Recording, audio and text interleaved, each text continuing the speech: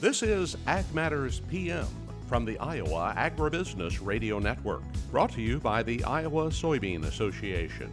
Your daily recap of the information that affects Iowa's farmers, producers, and consumers, right here in the heart of the heartland. With reports from our award-winning broadcast team of Dustin Hoffman, Riley Smith, and Mark Magnuson. Now, from the IARN studios in Des Moines, here's Dustin Hoffman. Well, good day, everyone, and welcome to Ag Matters PM from the Iowa Agribusiness Radio Network. I'm Dustin Huffman. Today is Friday, September the 27th, 2024. So glad you could join us here today. Coming up a little later on the program, we'll talk with Curt Kimmel of agmarket.net to talk about what happened in the markets today. But first, let's kick things off by talking with Iowa Ag Secretary Mike Naig about his recent trade trip to India. Secretary, thank you so much for coming and talking with us today. Always great to catch up. Now, speaking of catching up, you got to be caught up on some sleep here pretty soon. Just came back from India, just yesterday, wasn't it? I came back over the weekend. Sunday night we got back in, and we'll tell you what, it's a trip, but about a 15-hour flight, from Chicago into Delhi. But hey, you know what? We had a great trip, very productive, a great group. We had good meetings while we were on the ground. India is just a fascinating place. Governor used the term vibrant, and I absolutely agree with that. It's a vibrant place. It's a vibrant economy. There's 1.4 billion people, largest in the world. And the other word with vibrant would be opportunity. My goodness, there's so much opportunity there. And the fact is right there, 1.4 billion mouths to feed. And obviously from the agriculture sector, we want to definitely try to turn them on to Iowa exports and what we can do to them, being they are the most populous country now in the world. Yeah. And look, they are a very productive. Well, let me put it this way. They have a significant agriculture. They're the largest wheat producing country in the world. They are a huge rice and cotton producing country as well. But when you look at their productivity, they are significantly less when it comes to their productivity on those acres than other places in the world. And you just flat out look at the demand. 1.4 billion people, all the things that they need. They're a growing economy. They're the fastest growing large economy in the world right now. GDP growth of 7-8%. They've got a growing middle class, rising incomes. They will have a middle class that exceeds 500 million people. Well, when you're growing like that, there's all kinds of needs, infrastructure needs, there's all kinds of food needs, energy needs, everything from clothing to shelter. And so the growth that you're seeing there and the demand that's yet even to come online, if they even achieve remotely close to those economic growth goals that they've got, they need a lot more. They need a lot more production, and they want to be as self-sufficient as they can. I would say in that way, they're just like us, right? We want to be as self-sufficient as we can, but the numbers don't add up. You've got so much demand that they really do need to be playing. And by the way, this is also plays to our strengths, which is they've got to look at capacity building. How do they do more? How do they improve their genetics and their technology and innovation? And they will need to, I believe, import things like DDGs and soybean meal and ethanol, which they're already doing, and grains. And so I think they can do both. And actually, I think we can be involved in both sides of that equation, helping them improve, but also then supplying them with the things that we do so well. So may I ask, what kind of key takeaways did you have from your meetings with the folks over there? They are famously a very protective place, and the very highly bureaucratic government. Takes many years for things to get done. So people will say, who are experts in India, that you really have to have a long view of this. Relationships matter. Very warm reception. We almost felt like we were at home in that culturally. I think we've got some real similarities there. But from a growth standpoint, frankly, I'd say it this way: they're going to have to get out of their own way if they're going to grow like they want to.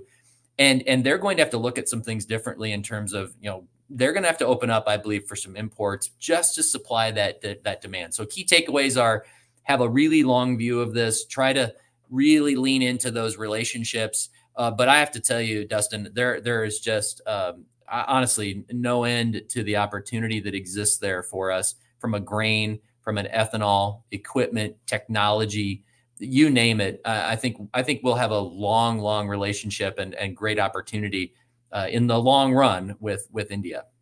And that again was Iowa Ag Secretary Mike Naig. You can find the full interview coming up on the Iowa Agribusiness Radio Network YouTube channel. Right now, let's go ahead and take a break and hear from our sponsor, the Iowa Soybean Association and the Soy Checkoff. When we come back, we'll run down the closing markets. This is Ag Matters PM. Iowa Soybean Association is driven to deliver for Iowa's 40,000 soybean farmers. We're proud to provide objective agronomic research, a helping hand with soil and water stewardship, and timely industry news powered by the Soybean Checkoff. Learn more at iasoybeans.com. It's time now for the Ag Matters PM Closing Market Summary, your source for market analysis and settlement prices from the day's trade in Chicago, courtesy of the folks at agmarket.net. Or at the end of another trading day and the trading week here on Ag Matters PM. And right now we're talking with Curt Kimmel of agmarket.net. Curt, what did we see come out of that grain trade today? Oh boy, it was a great week for a change here. On the day, corn was up 4 3/4 cents, but on the weekly chart, it was up 16 1/4 from last Friday's lower close there. Boy, it had a reversal up, reversal down, reversal up, reversal down, quite choppy, but we ended up with the outside up. So technically, we look good on the charts for corn. On the soybeans, we're up 24 3/4 on the day for November on the weekly chart, up 43 cents on the weekly chart. So good technical, strong gains. Wheat market, kind of a mixed bag. Today it closed down about 4.5 cents, but on the weekly chart, December wheat closed up about 11.5.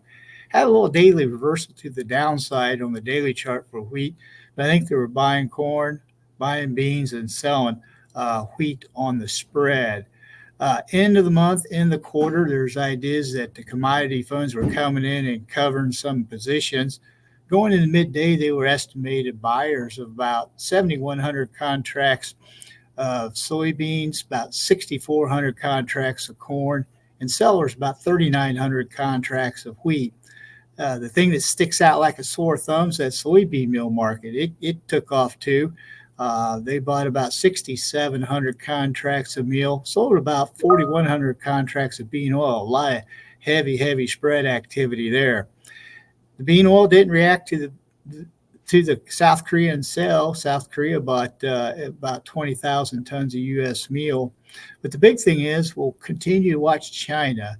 There continues to be rumors that they bought anywhere from 30 cargoes of beans this week, mainly out of the southern hemisphere. And part of that is new crop beans, April, May delivery. So they are in the bean market, but reaching out a little longer term. Harvest progress has come to a standstill here in the southeast, as everyone knows. We expect the western belt, continue to move through the weekend. Locally, we're making some pretty good headway. Just east of us, we're hearing that maybe 25-30% of the beans are out, maybe 20% of the corn in some areas. Early yields were disappointing, 10 to 15 bushels less, but these later yields are picking up a little bit, so we're doing okay there.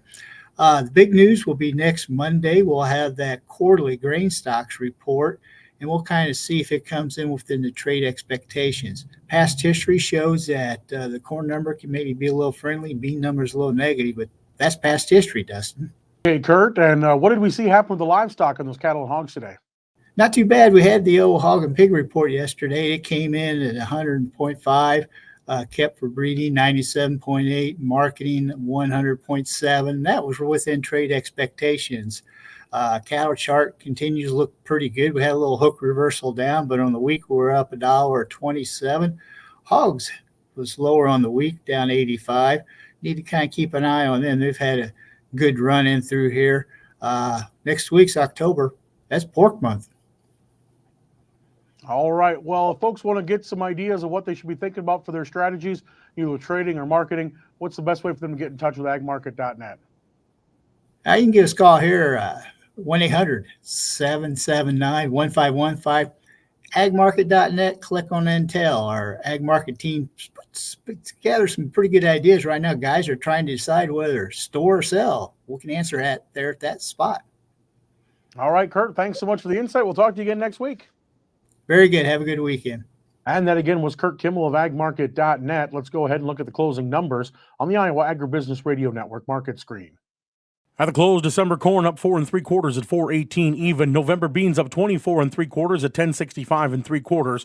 Soybean meal up $19.50 at 343.70 per ton. Soy oil down 74 cents at 42.18. Chicago wheat down 4 1/4 at 5.80 even. Kansas wheat down 2 1/4, 5.76 3/4. Minneapolis spring wheat down 3 1/4 at 6.08 1/4, and oats up 4 3/4 at 3.84 3/4. On the Merck live cattle down 35 cents at 183.75. Feeders up 15 cents at 247.07. Lean hogs up 2 cents at 82.05. Pork cutouts unchanged at 91.67. And Class 3 milk down 21 cents at 23.11. And that brings us to the end of our market recap and the end of today's show. You can find all our content online at iowaagnet.com. You can follow us on Facebook, X, and on our YouTube channel. And make sure you're clicking that bell icon and getting subscribed so that way you're always notified when we put out a new video project. Also, don't forget about the free 3 times a day market analysis podcast sent right to your mobile device. You can get them on the openings, middays, and closings. You can find them where you find your favorite podcast sources. From the IARN studios in Des Moines, I'm Dustin Huffman. For Riley Smith, Mark Magnuson, and Andy Peterson, we thank you for watching. This has been Ag Matters PM.